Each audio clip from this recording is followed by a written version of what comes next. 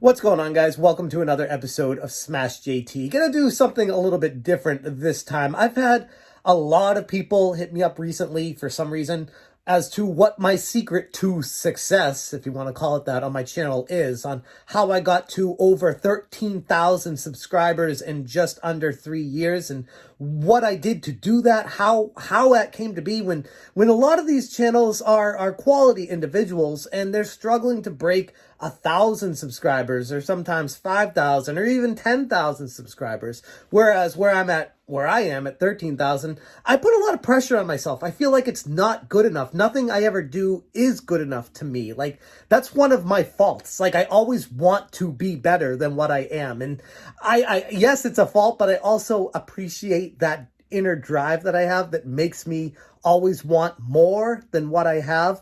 But in this video, I'm going to take a step back from that and realize what I have is amazing. And I can't thank you guys enough for subscribing to me. And this video is just kind of me, like, just going over some real talk with you. Some facts, some tidbits, some secrets I've learned along the way as to how to grow your channel in 2020.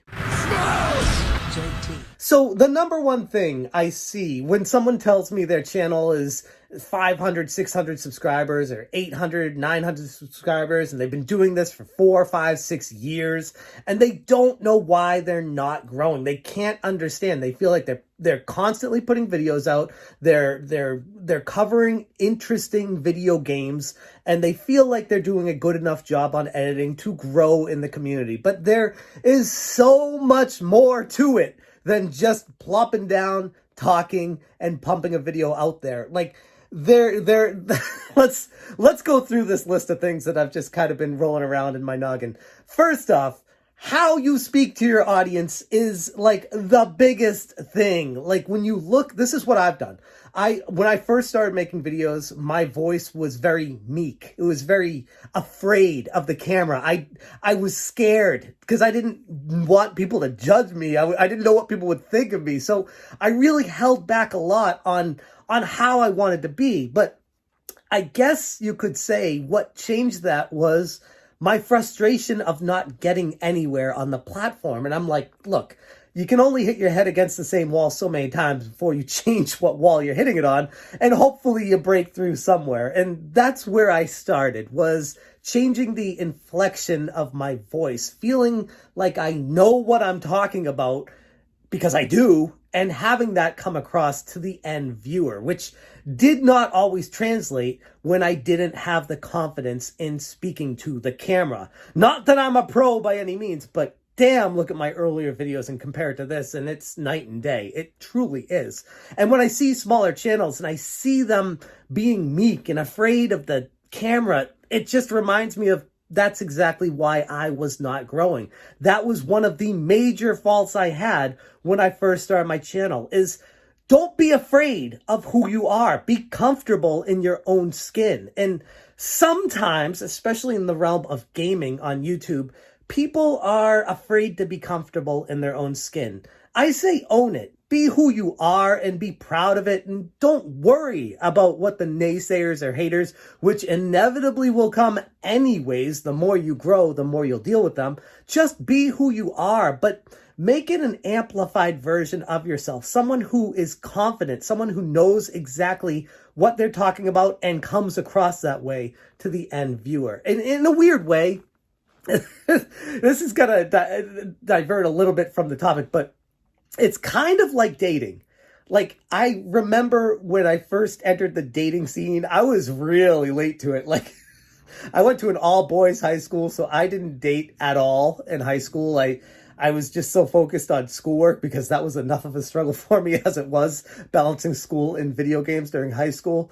But when I went to college, I started dating, and I realized that I needed to present a better version of myself to the fairer class and let them judge me on my merits of who I am based off of how I'm presenting myself to them, if that makes any sense whatsoever. But in order to be able to have done that, I needed to first learn who I was and develop confidence and comfortability in my own skin, where I didn't walk into situations like afraid of them. I would be confident, which despite what a lot of people might tell you, confidence is key. Even if you don't know what you're talking about. I mean, some of the largest channels on YouTube, I swear they don't know a damn thing about what they're talking about, but I'd be surprised to hear how they talk about it.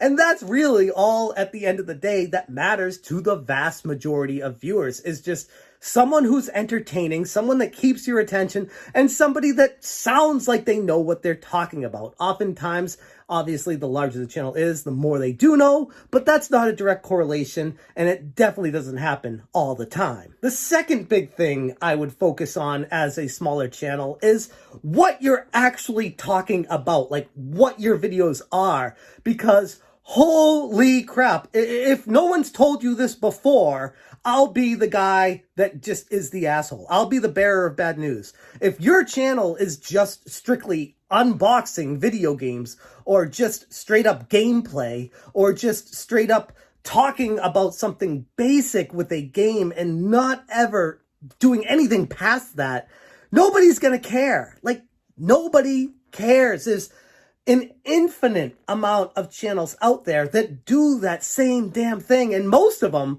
have been doing it for a while, and they're bigger than you anyway. So why would someone subscribe to you if you're presenting the same exact information, but doing it, even if you're doing it better than them, but doing it on a smaller scale? It's just repetitive and unnecessary and boring. Like weekly pickup videos.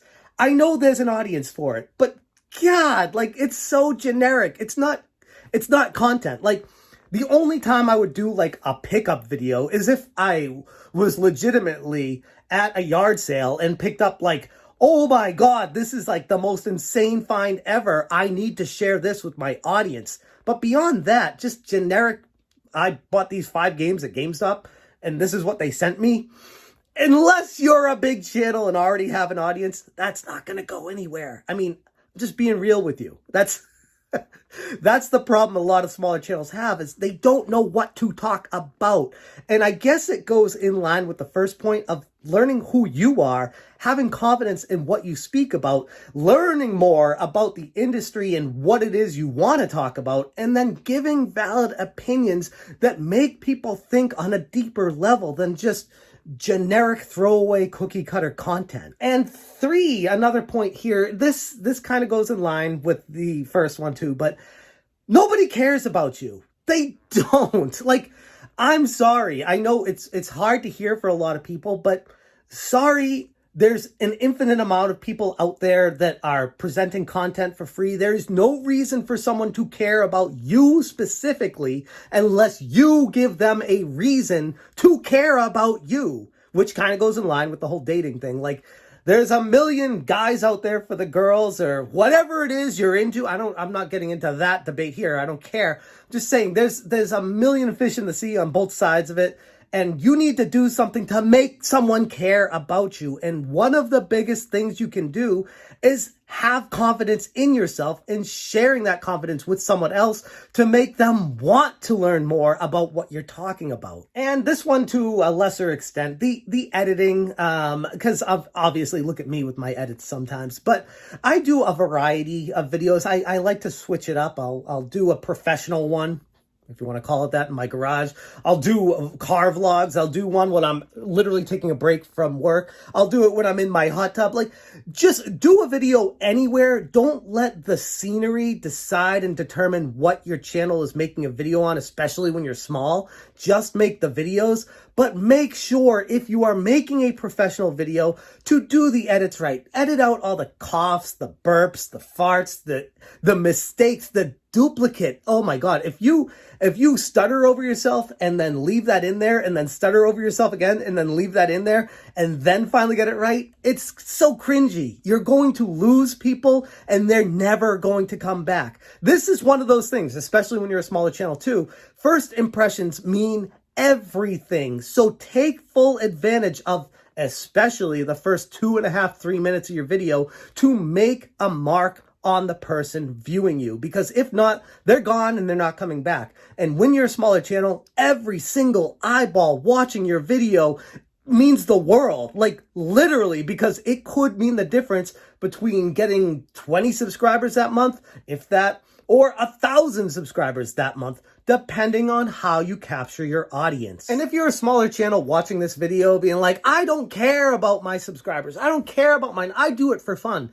Okay, great. But more often than not, people say that as an excuse for their failure, because a lot of people who do YouTube and put the time and effort into every single video, all the edits they make, everything they put together for it, they want people to watch their videos by and large. So you might be just fooling yourself if you say, I don't care if I grow or not. Because honestly, if you're going to YouTube not wanting to grow, and that's not part of what I know people will argue this, people will say, oh, you shouldn't expect to grow on YouTube. You shouldn't want to grow. No, you should. You should be driving yourself to be better, to do things for your audience, to make them want to subscribe, or else you will never be successful. And if you don't care about your success, if you don't care about growing, why are you watching a video like this? Like, clearly, anybody who wants to do YouTube videos is more than welcome to. Nobody is forcing you to be successful in life.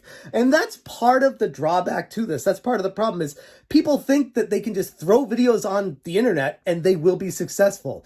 They're not. Trust me, I learned that personally, the hard way. When I first started making videos and I thought I'd just throw a couple videos talking about video games up and that I'd be a huge overnight success. And boy, was I in for a rude awakening when I woke up the next day and had 0 views.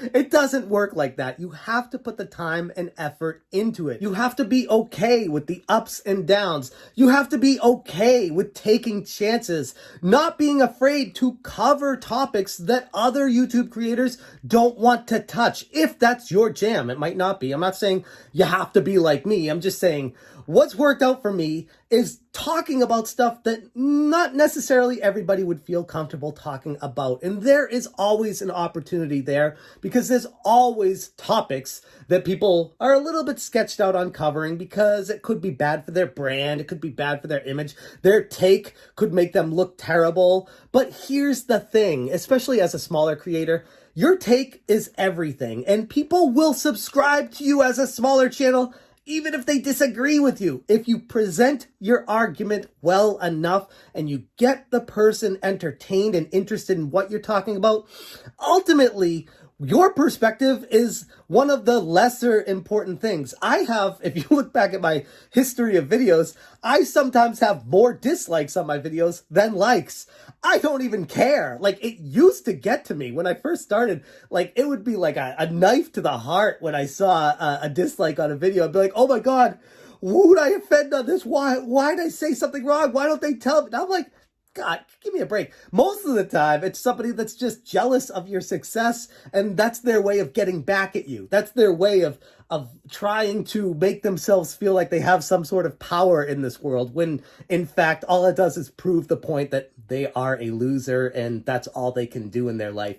It would be much more beneficial to them, instead of putting a dislike on videos, to make a video themselves talking about why they dislike something that somebody said, which is some of my most successful videos I've had is retorts to, I'll take off the top of my head, Pat the NES Punk, or Pro Jared, or, I mean, I've done so many, Tipster, like, I've done so many retorts to how people have acted or what their takes were on situations, and I've had tons of people hate me for it, disagree with me, come at me for it, but at the end of the day, my subscriber count grows, and they watched me, and then the best part about it is they'll jump from those videos to my gaming content videos. My point being, don't be afraid to be you. Don't be afraid to have success. Don't be afraid of failure. Just do it. Like, stop talking. Stop acting like you're going to be something. If you want to be successful, nobody is going to do the work for you. It's only going to come from within. And ultimately,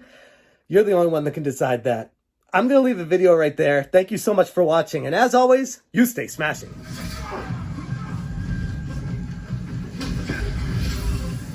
You never told me how to Dodge!